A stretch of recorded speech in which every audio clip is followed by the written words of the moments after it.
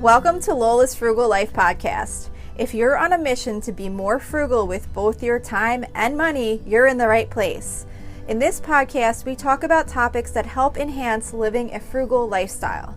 The goal is to save time and money where we can so that we can use the rest on what matters most to us. We talk a lot about both time and money management so that we can waste as little as possible on both. We do this while also embracing a progress over perfection mindset. If that sounds good to you, then please stick around for the latest episode right after a few quick words from our sponsor.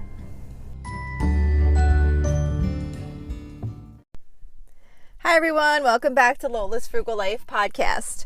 So today I wanted to try something new or start something new before each episode. So when I listen to podcasts, I have a bunch of podcasts that I listen to.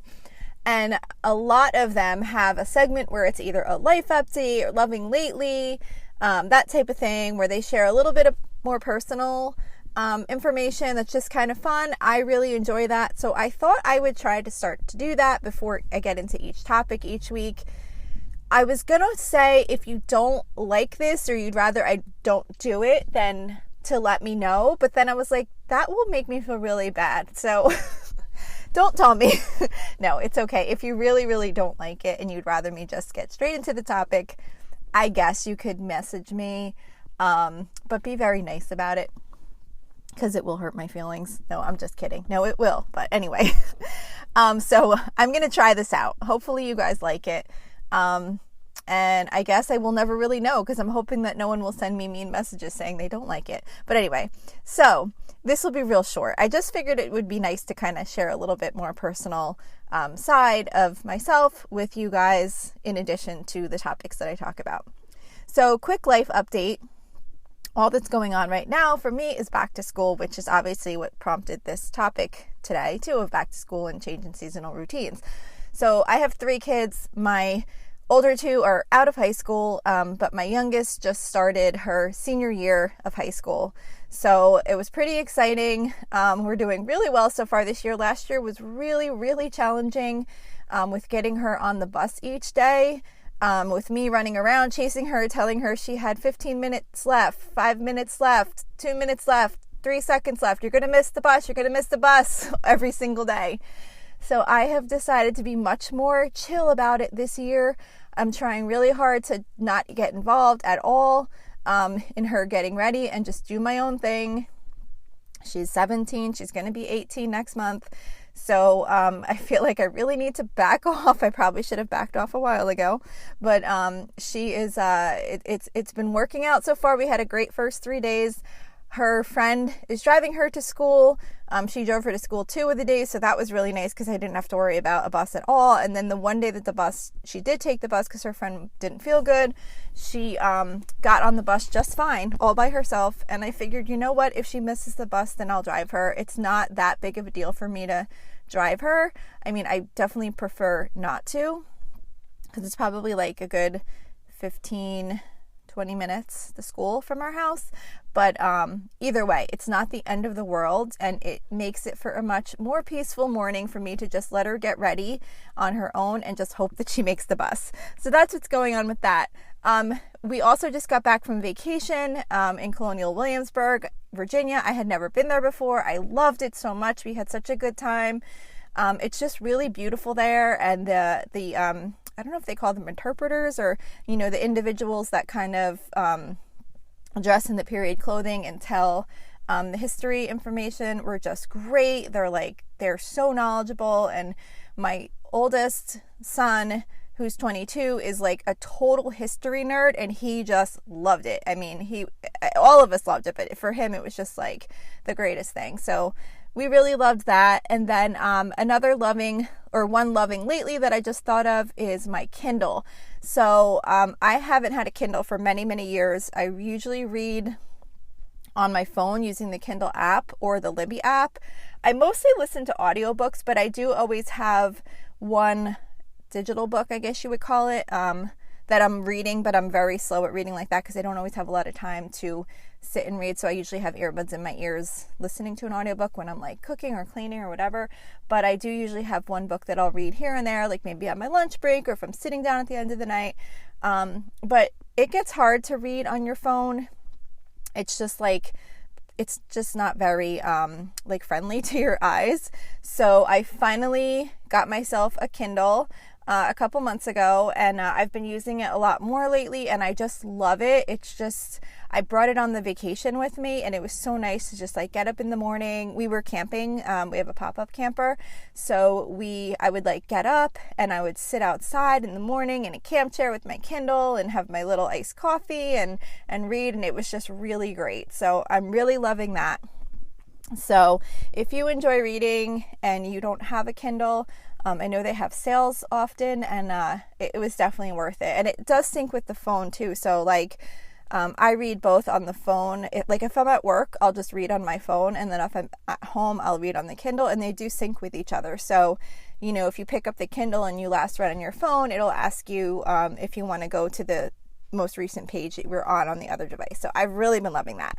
So anyway, let's get into today's topic. So I really wanted to talk about the whole back to school and change of season. So of course it's back to school season now, but whether you have children in school or not, this still, for most of us, signifies a change in the season from summer to fall.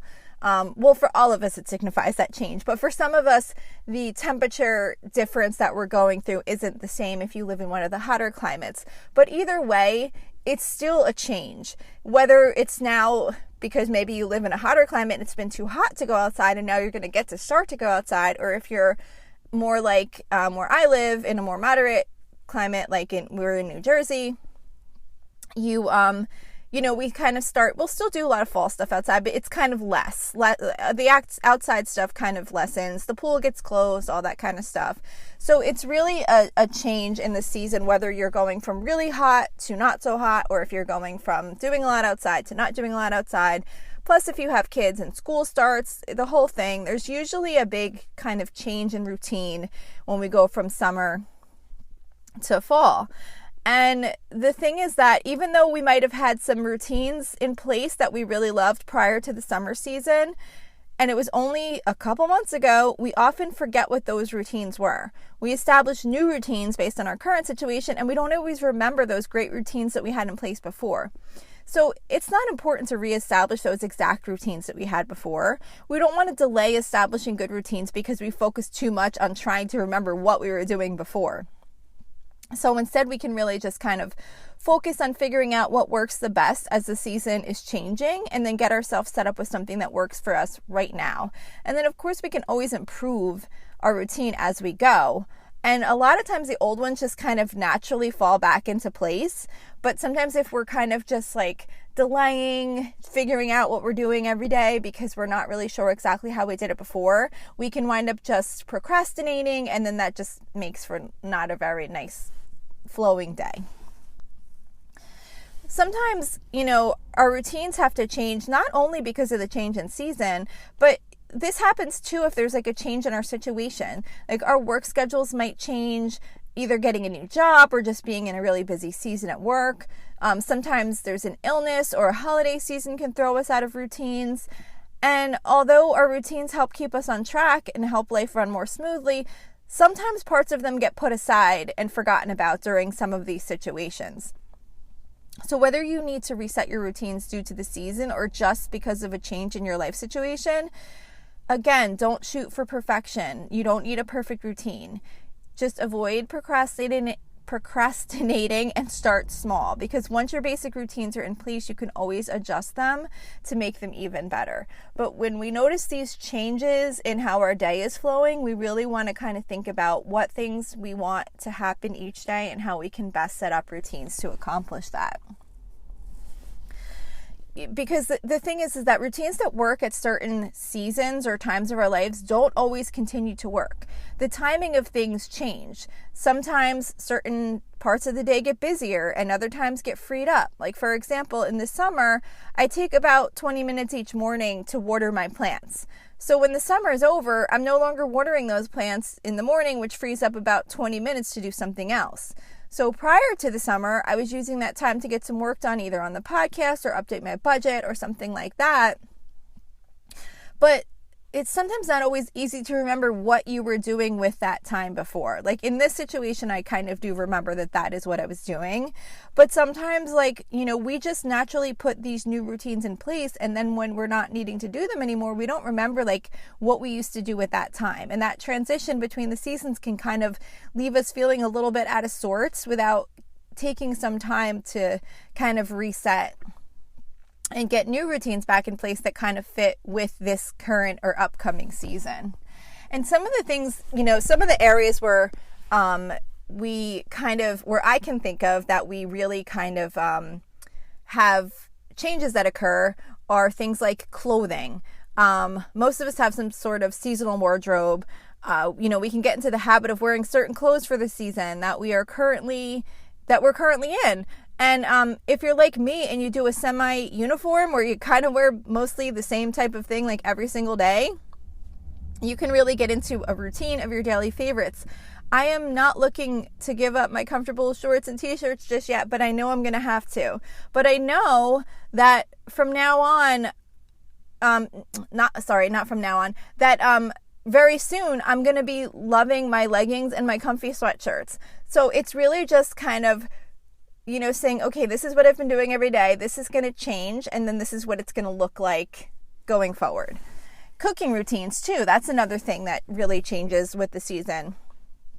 Often our cooking in the summer is geared toward cooking outside more, at least for me. Like I said, it's different depending on where you live with the temperatures and things like that. But for me, I'm definitely cooking outside more in the hotter weather. If I'm not cooking outside, I'm trying to kind of stay away from dishes that take longer in the oven because I don't want to be heating up the house.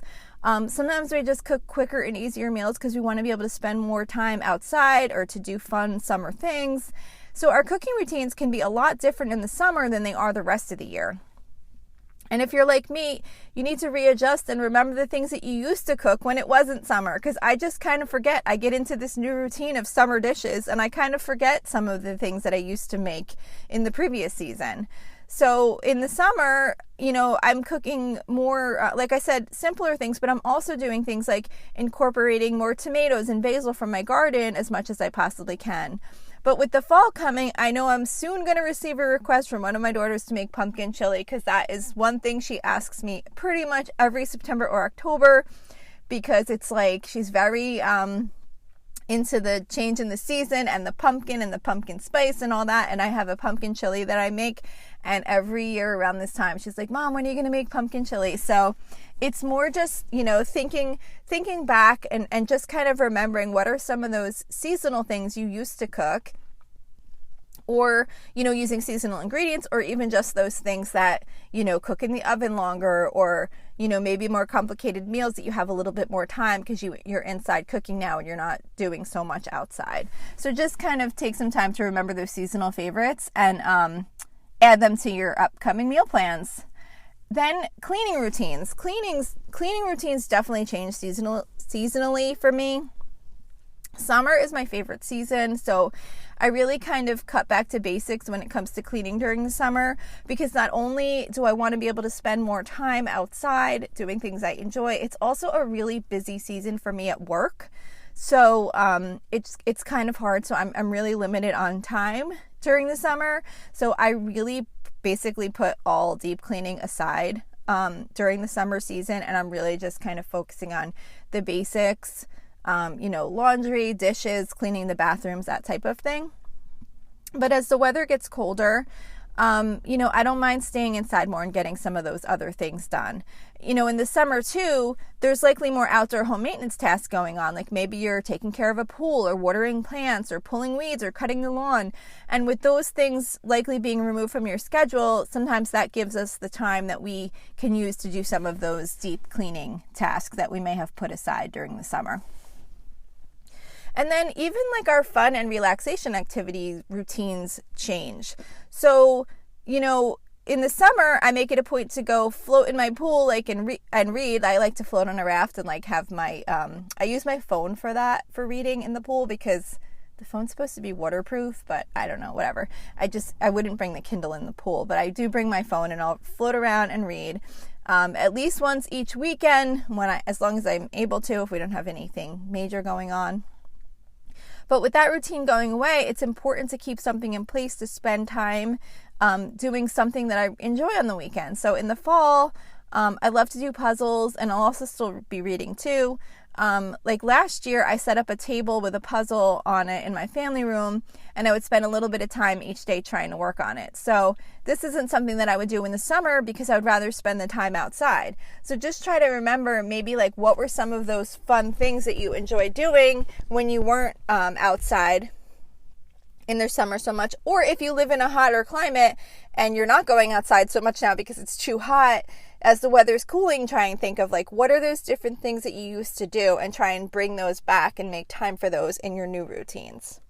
So that's kind of the areas that I'm thinking of that I really want to try to focus on, kind of resetting my routines and keeping up good routines for each day. Because for me, and I know for a lot of people, even though there are some people that say they do not want to have routines or like routines aren't about being rigid in your day. It's just about keeping your day running smoothly and making sure you have things in place so that you're getting what you need to get done and also doing things that you enjoy.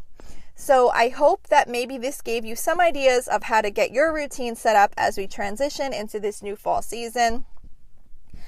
And I think that's really it. So I really appreciate you listening. Don't forget, if you are able to, or if you have time, I would really appreciate a rating and review, especially on Apple Podcasts. That really helps me with growing the show. They kind of look at those to determine how many, how they promote the show to more people, if there's more ratings and reviews. So if you have a minute and you like the show, I would really, really appreciate if you could do that if you have a chance. And that's it for today. Thank you so much for listening, and I will see you back here next week. So thank you for checking in for this podcast episode. And don't forget, you can always email me with any questions or suggestions at lolasfrugallife@gmail.com. You can follow me on Instagram and Facebook at lolasfrugallife. And you can find a blog post for most of my episodes and definitely all of my meal plan episodes at lolasfrugallife.com. You can also join our private listeners group at facebook.com/groups/lolasfrugallife. And if you enjoy the show, please make sure to subscribe on Apple Podcasts, Spotify, YouTube, or wherever you listen from. And I would love it if you would screenshot the show and tag me on Instagram so I could see you're listening. Also, if you can please take a couple of seconds to rate and review the podcast. Those ratings and reviews are what help the show come up better in search results so that other people can find this podcast. So that will really help me in growing my audience. So that's it for today. Thank you so much for listening, and I hope you have an awesome day.